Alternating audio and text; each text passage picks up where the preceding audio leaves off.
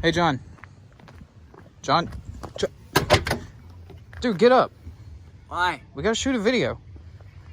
Okay. What's up, guys? Welcome to Daddy's Money Garage. John and I have got our cars out today, and we actually went to Cars and Coffee this morning, didn't we? Yeah. Yeah, they've got a... 37 phone calls later to wake you up. Yeah, I didn't wake up in time. But they moved from the typical location in Nashville out to the Nashville Super Speedway, and it was Exotics Day. So there were Ferraris, McLarens, Lamborghinis. I saw a Montana license plate, and... You're very excited about the plate. I was very excited about the plate. You're more excited than about the Lamborghini that it was on. Yep. And we just got out of there as quickly as possible because our cars being parked next to those were just violently depreciating the value of those cars.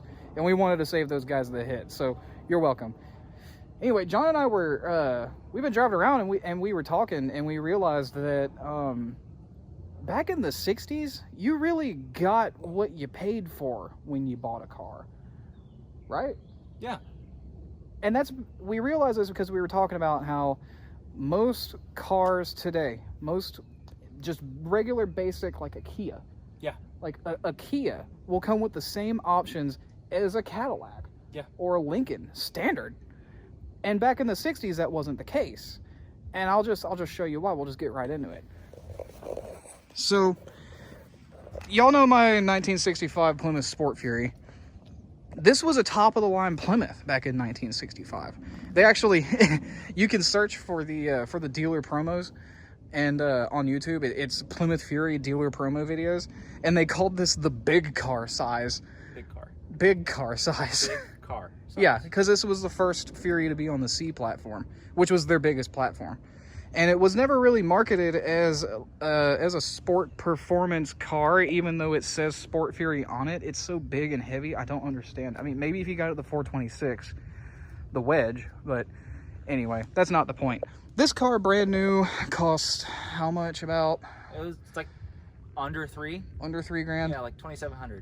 So that translates to today's money roughly between 35 and 40 grand. Miata price. Yeah, so like the price of a new Camry. Yeah. Or something like that. Yeah. And that kind of brings me to what the whole point of me bringing up the fact that Kias have the same options as more modern Cadillacs have, is that you had to spend the money to get the nice things, right? Yeah. Like even this car, the money spent on it, it doesn't have anything that the Cadillac over there came with standard, and that Cadillac has no options. Nothing. So like I said, the options on this car, it's got the Sport Fury trim, which it looks really good. It's this polished, or it's milled aluminum. That's only on Sport Furies.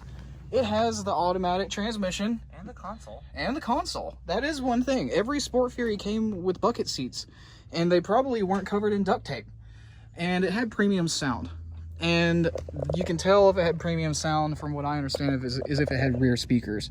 And we've replaced these. We put a really nice radio in it. Had to rewire the whole thing. Had to rewire everything. It works good. And we didn't go with a modern looking head unit. It looks like the factory unit, but it does everything that a modern radio can, except have a touch screen, which I'm okay with. I don't say what? It bumps. Yeah, it hits good. Yeah. And but I don't want to modernize this car at all. But point being, like you said, this car was like about $3 grand. Somewhere around there. Yeah. But this was the nicest Plymouth you could get. And Plymouth was Mopar's like entry line. Like it was below Dodge. This was if you were, on a budget, but you wanted something nice, you bought a Fury. And you could get a Fury 3, and that one would, you could get every luxurious option you want. The Sport Fury was supposed to be the like the performance trim package, and every single Sport Fury came with a V8. That is a good point, because this car has the base V8. They didn't even plump for the 383. No. But the plus of getting the Sport Fury package was that every one of them came with a V8. So even though this is the highest trim package, it did come with some options that you couldn't get. However, the Cadillac, this car came standard with things that no other car came standard with. But this one has no options. What kind of things could you have gotten on this car? If you'd have gone to a DeVille, You would have gotten power windows, locks, power trunk release. You would have gotten, well, air conditioning was optional on this. Mm-hmm. This doesn't have it. Yeah. This air con was probably the only option besides like what interior But- cloth you want. But let me make a side note. All right, so cars built in the 1960s, like they knew how to do airflow. Like they have like the floor, like the vents, right? In my Plymouth, little vents you can pull, open a door in the kick panel. And if it's raining or anything, it will blow fresh air on you. Doesn't work unless you're moving. But a lot of cars back then just really didn't need air conditioning. It hasn't been really hot yet, so we don't know how hot it's gonna get in that car. I know that the heater is stuck on, so it's gonna get real hot if I don't fix that. Oh, that's great. Yeah, Yeah, we gotta fix that. gotta fix that. Anyway, back to the point. Yeah. So, we try not to rock the camera around all crazy. So what kind of things have you noticed that this car has standard that my car does not have? It has 4 times as many cigarette lighters. That's actually a metric for measuring how nice a car is. That's his metric. Yeah, I've devised that. Talking about that earlier. Yeah, this It does have a rear seat armrest. Your car does not have a rear seat armrest. yes, it does. Does it? Yes, it does. It really does. That's where the ashtrays are, because the kids were smoking too. Oh, I was talking about a center armrest. Oh, yeah, mine doesn't have that. Oh, okay, see, there we are. Well, you can rest one arm. You can rest one arm. The other one's got to be on the kid that's smoking next to you. That's luxury. How much was a Cadillac like this brand new in 1962? Tick over $5,000. And in 2022 dollars, that would be roughly 50 to 60 grand. Yeah, 50,000. And I do we even know what the average cost of like a house was in the 60s? I tried to look that up. I saw between like 12.5 and 18,000. I guess it kind of depends on where you live, just like it does now. But still, somebody paid like half as much as a house for this, To just have a Cadillac. to have a Cadillac. And that's the thing, like when you think of Cadillac, you think of getting like every single option you can, right? Most people would assume, yeah. Yeah, and this car has none. So that means that the original owner of this car solely bought it because it was a Cadillac. Because it's the best car. And that's the big comparison between, you know, luxury back then and luxury today. Luxury back then was about build quality and making things that you had to do manually easier to do. Yeah. And a good point, even though it's not super interesting to show that, is the mirrors. Like, I know that most cars had adjustment, you know, but on this car, if it's raining, anything, and you have to adjust this mirror, you got to roll down the window and and adjust it yourself. Whereas the Cadillac, It has a remote adjustment. it has a nice adjuster that every car should have had, and I know a lot of cars had them, but this one in particular is just nice. This one is excellent. It's just a big lever. This car came standard. And it's the easiest thing to figure out. You turn it and you move it in and out, and that's it. And it works. Yeah, and that's the thing about Cadillac, is that everything that Cadillac put into their cars was to be the nicest, highest quality thing that they could get, even in a cheap relatively base model, no frills car like this. Everything is built very well. I imagine the engine in it would have been built very well, because when you bought a Cadillac back then, you didn't get a Chevy motor. You got a Cadillac engine. Yeah.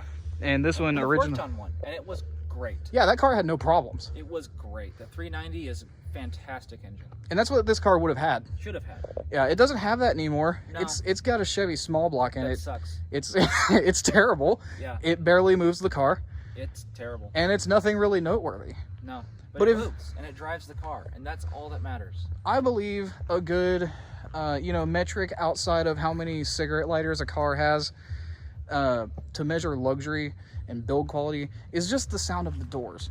Like, here's my Plymouth, right? And I love my Plymouth. I love Mopar. But when you have a door that you hear that sound, kind of crinkly sounding, listen to a Cadillac door. That's a door. I did slam that a little bit, But that's a door, man. yeah. It's That is solid. My door is hollow. Yes. But point being that luxury has taken on a completely different meaning. Luxury is not necessarily about build quality or options, because you can get the nicest thing in a cheap car. Back then, what we interpreted, it was not like that. You had the option for everything, and if you wanted really nice stuff, you had to spend the money on a Cadillac. But you get what you pay for. Yeah. It's Anyway. solid. It's good, and Yeah. it drives great. Yeah. And there's going to be more on it. There's a lot of stuff we got to fix on this car. A lot. And on this car. Like, put an interior in it so I can stop sitting on duct tape. When are we doing that?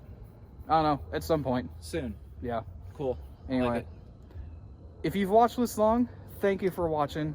Like and subscribe. Subscribe if you want to see more. We've got a lot of stuff to do. And that's it, I guess. You have anything else? If there is anybody that's trying to get to 500 subs with the No Name Nationals, Yes. we need to make sure that we're going to put some people down in the thing that are getting close. Yes. So that way, if you're sub to us, sub to them. Just do it. Yeah. It'll get them there. We're going to run. It's going to be fun. You know what? If you have a channel and you're trying to get to 500,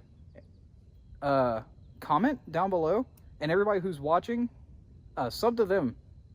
Yeah, leave your channel link and we'll pin it. Yeah. Or hearts, however that works. I don't know how YouTube goes. Description. Description? Yeah. We'll add those in and just comment under the pinned comment. That works. Yep. I like it. See you in the next one.